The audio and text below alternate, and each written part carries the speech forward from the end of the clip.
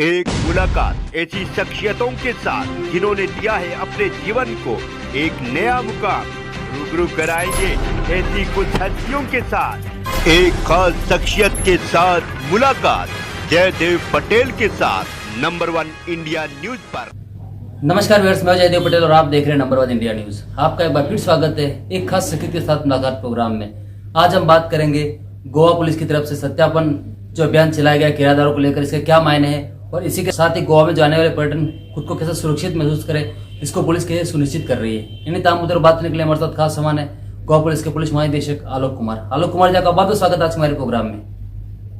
Thank you, धन्यवाद, नमस्कार। आलोक कुमार जी, आपसे मेरा पहला सवाल है कि गोवा पुलिस की तरफ से किराएदारों के सत्यापन को लेकर के जो प्रक्रिया शुरू की गई है, इसके पीछे क्या मायने हैं गोवा पुलिस के?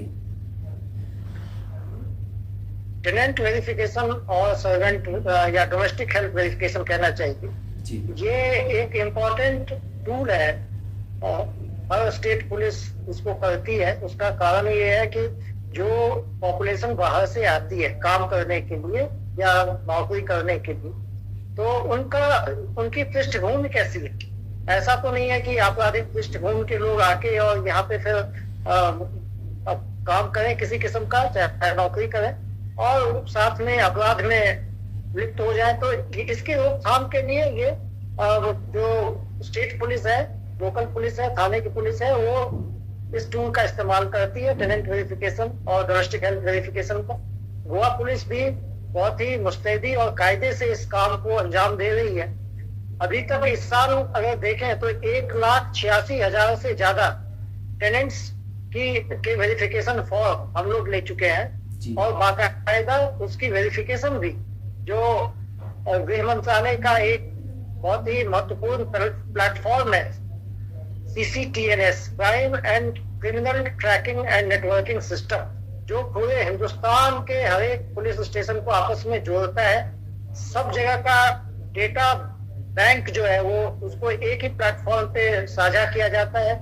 उस माध्यम से हम लोग यहाँ बैठे बैठे ही गोवा में कहीं भी हिंदुस्तान के किसी भी थाने से किसी व्यक्ति का क्रिमिनल रिकॉर्ड है उसको जांच सकते हैं। तो ये जितने भी फॉर्म जमा किए गए हैं, जैसा मैंने बताया, 1,86,000 से ज्यादा टेनेंट्स के और 34,000 से ज्यादा डोमेस्टिक हेल्थ के फॉर्म हमने इस साल जमा किए हैं पूरे गोवा में। और इन तमाम का जो सत्यापन है वो CCTNS प्लेटफॉर्म के माध्यम से किया जाए। जी आलोक कुमार जी, गोवा एक पर्यटन राज्य है, ऐसे में काफी मात्रा में पर्यटन गोवा आते हैं अलग अलग देश के राज्यों से, अलग अलग देशों से।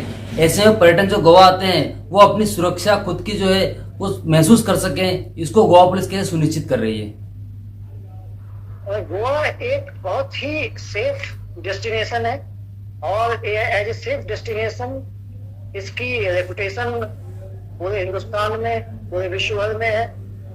और इसी वजह से देश भर के पर्यटक और अंतर्राष्ट्रीय पर्यटक हर साल बहुत बड़ी तादाद में गोवा पहुंचते हैं। और अभी खास तौर पे जो नवंबर, दिसंबर और जनवरी, इवन फरवरी तक का जो महीना है, ये गोवा में इस हिसाब से इम्पोर्टेंट होता है क्योंकि पर्यटकों की संख्या बहुत बढ़ जाती है जी। और पर्यटकों की सेफ्टी के लिए गोवा पुलिस हमेशा से मुस्तैद रही है। जितने भी अराइवल पॉइंट्स हैं टूरिस्ट्स के, जैसे एयरपोर्ट, रेलवे स्टेशन, उसके अलावा बस स्टैंड और मार्केट्स, ऐसी जगह जहाँ पे टूरिस्ट का फुटफॉल ज्यादा है। और सबसे ज्यादा जो गोवा प्रसिद्ध है वो बीचेज के लिए है और गोवा के बीचेज पर्यटकों को खास तौर पर पसंद आते हैं। तो बीचेज के ऊपर भी पुलिस की तैनाती और साथ में वहाँ पर टूरिस्ट पुलिस की एक विंग है गोवा पुलिस की, और वहाँ पे टूरिस्ट पुलिस की भी तैनाती होती है।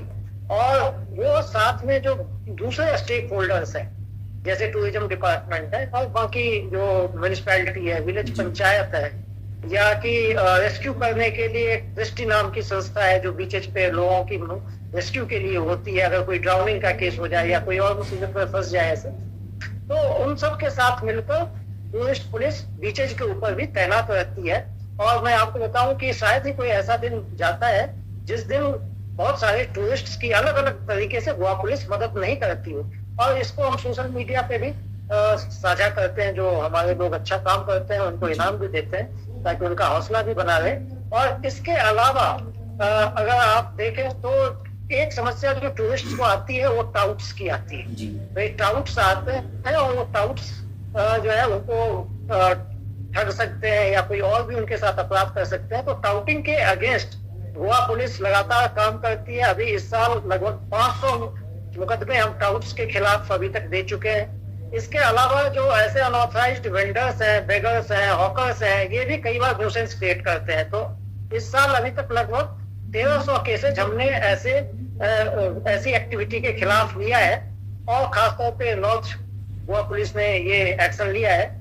इसके अलावा जो और स्टेक होल्डर्स हैं, जैसे होटल्स हैं, गेस्ट हाउसेज हैं, रेस्टोरेंट है, टैक्सी एसोसिएशन है, शैक के ओनर्स हैं, वाटर स्पोर्ट्स चलाने और गतिविधियां करने वाले जो लोग हैं, इन तमाम के साथ गोवा पुलिस कंटिन्यूअसली मीटिंग करती है। और जो टूरिस्ट्स के कंसर्न है जो हमारे तक पहुंचते हैं, उन सब कंसर्न के ऊपर उनके साथ मीटिंग करके और उन समस्याओं को सुलझाने का प्रयास गोवा पुलिस प्रोएक्टिवली करती है। और इसके अलावा कुछ ऐसी जगह है जहाँ पे बहुत देर रात तक भी पर्यटक यहाँ घूमते हैं, बेखौफ घूमते हैं। वैसी जगहों पर खास तौर पे जब ये टूरिस्ट सीजन आता है उस समय गोवा पुलिस अतिरिक्त पुलिस बल की तैनाती करती है।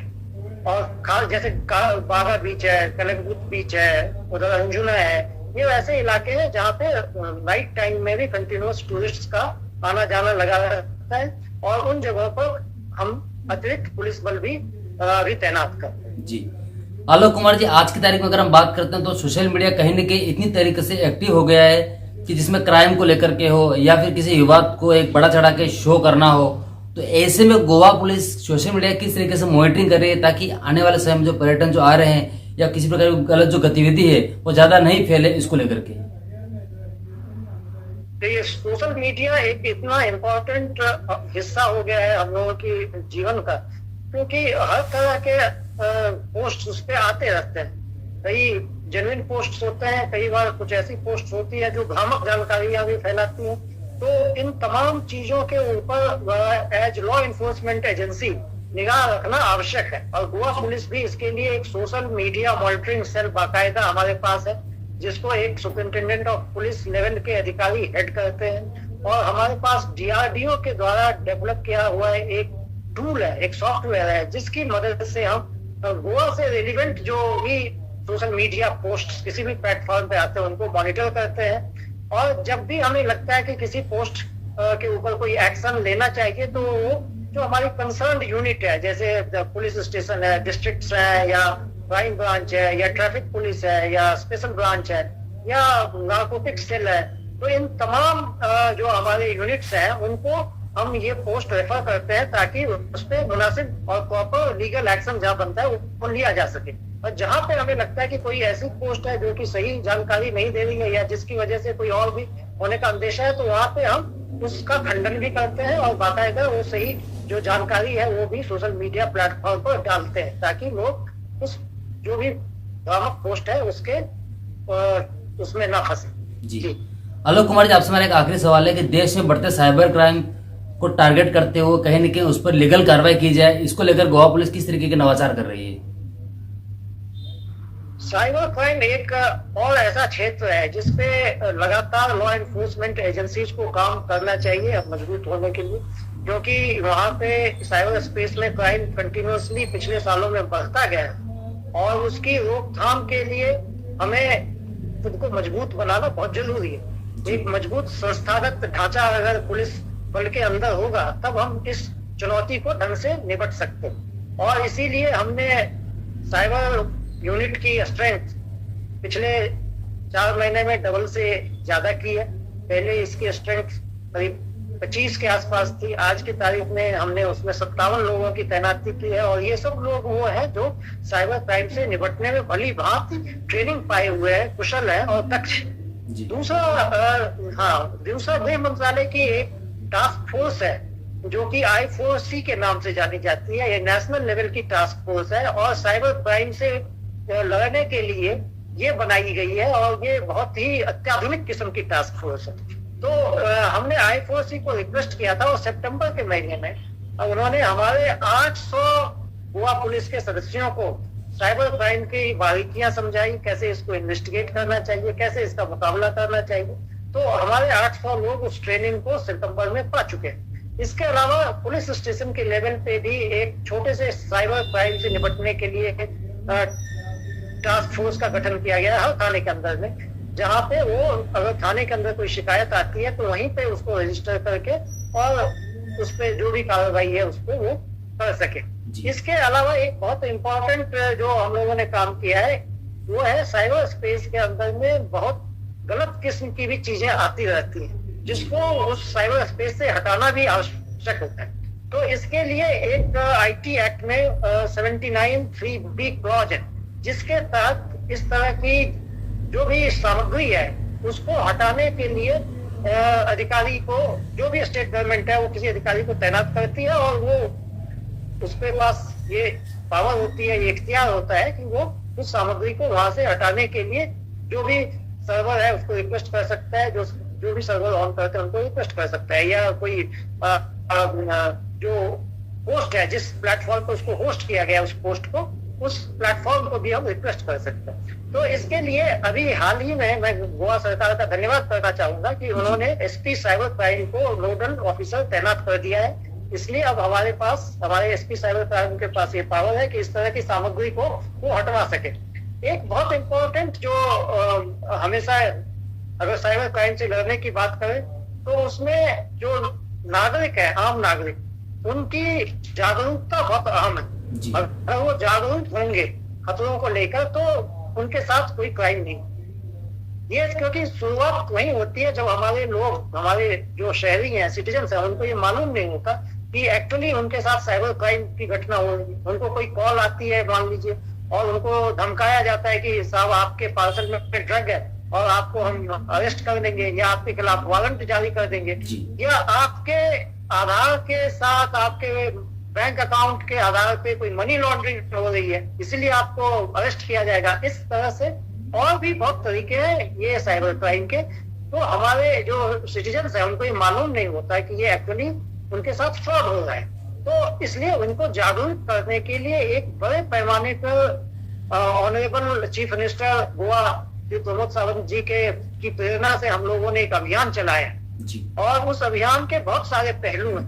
गणेश चतुर्थी के अंदर जब पंडाल लगते हैं तो उसमें बहुत बड़ी तादाद में सिटीजन्स आते हैं गोवा, और उन पंडाल के अंदर हमारी जो टीम्स थी पुलिस स्टेशन की, साइबर क्राइम की, उन टीम्स ने इसके बारे में जागरूकता फैलाई।